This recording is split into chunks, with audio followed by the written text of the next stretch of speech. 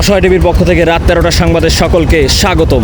আসন্ন পবিত্র কোরবানির ঈদকে সামনে রেখে জমে উঠেছে বরিশাল চরমনায়ের গরুর হাট।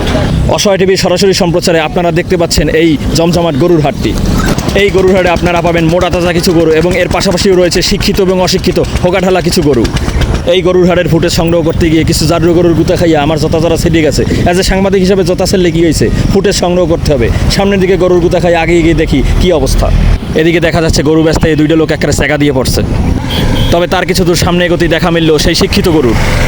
এই আপনাকে কি অনার্স পাস করছে না? চলুন গরু কিনে বাড়ি ফিরতে এক লোকের সাক্ষাৎকার নেওয়া যাক। তার গরু কেনার অভিজ্ঞতাটা কি সেটা আমরা তার মুখ থেকেই শুনবো। কাকু, আমি হচ্ছে অসহায় টিভির সাংবাদিক, ঠিক আছে? তা আপনারা যাইবেন কোথায়? বাসের সামনে। রাখার একটা ব্যবস্থা করবেন। তা গরুর আড়াই আপনার কিরকম ফিল করতে আছেন এখন? গরু কিনছেন? কত আছে গরু? 1,40,000? 25? ধন্যবাদ আপনাকে সাক্ষাৎকার দেওয়ার জন্য। অসহায় টিভিকে সাবস্ক্রাইব করবেন।